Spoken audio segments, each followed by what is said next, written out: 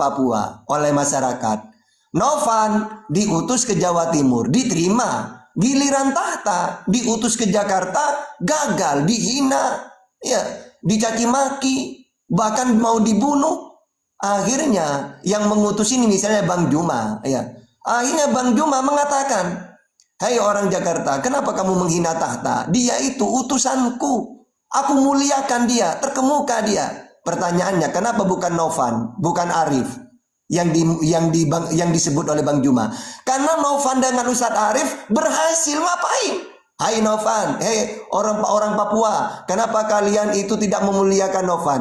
Untuk apa? Wong Novan udah dimuliakan di sana. Ustadz Arif dimuliakan di Jawa Timur. Saya karena saya gagal,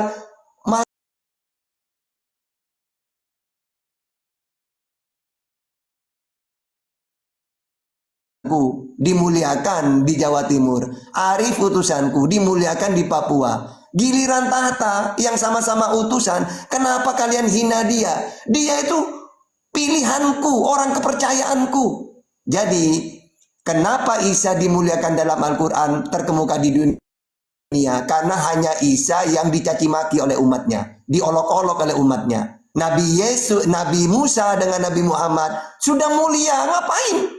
Ya, diluruskan lagi, ibaratkan gitu. Oke, lanjut.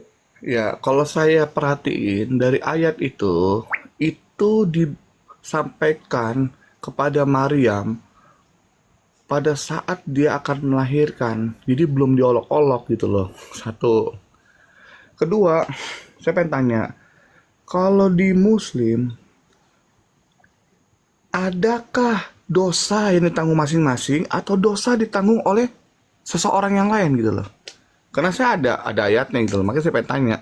Karena saya pernah baca, umat Muslim itu ya, pada saat dia meninggal, dosanya ditangguhkan kepada umat Nasrani dan Israel.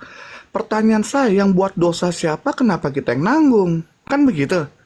Itu loh. Ya kan, apakah adil Allah kayak begitu? Menurut saya nggak adil. Yang buat dosa Oke, orang lain, ya. kenapa kita yang nanggung? Betul nggak? Ada Oke, ayatnya, Pak Ustadz pasti paham, nggak perlu saya sebut, ya betul paham kan? saya. Ya, Ya, saya sudah baca itu. itu yang saya bilang. Kenapa kok begitu? Ada dalilnya. Kenapa umat Nasrani dan Israel yang nanggung? Padahal yang buat dosa Oke, sudah saya kalian. paham udah. Apalagi, silakan.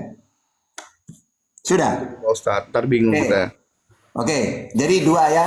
Pertama, memang di ayat surat Maryam itu memang wajihan fid dunya itu ke Maria ya, tentang Isa, bahwa dia terkemuka di dunia. Biar orang Israel tahu baca ayat itu, bahwa Nabi Isa itu mulai dia dikandung, lahir, sampai dia selesai tugasnya, mulia dia.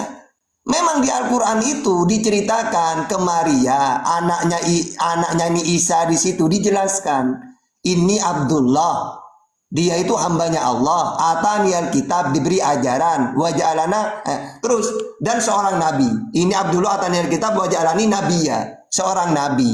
Lalu di ayat setelahnya, dan dia terkemuka. Maksudnya diceritakan mulai dia lahir, biar orang Israel yang membaca Al-Quran ini, kan ini nanti disebarkan kan Al-Quran ini, orang Israel biar tahu bahwa nabi yang dulu kamu hina, bahkan baru lahir saja sudah dikatakan anak zina karena tidak punya suami. Biar tahu, diceritakan mulai dari lahir bahwa dia seorang nabi, hambanya Allah, terkemuka di dunia. Benar memang diceritakan itu waktu dia masih kecil. Nah, biar orang-orang yang dulu menghina dia ketika Allah utus dulu ya, Nabi Isa itu, Yesus itu, biar mereka tahu, sadar gitu.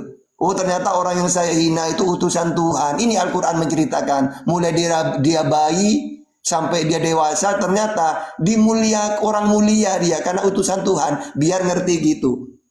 Nah, terus sebenarnya itu ya bukan ditanggungkan, ya, bukan diwariskan ke orang Nasrani, Yahudi, bukan. Saya baca tafsirannya itu hubungannya dengan surat Al-Mu'minun ayat 9 sampai 11. Jadi orang Islam yang meninggal, seharusnya manusia ini sama-sama bisa menempati surga dan neraka, tergantung perbuatan kita. Gitu loh.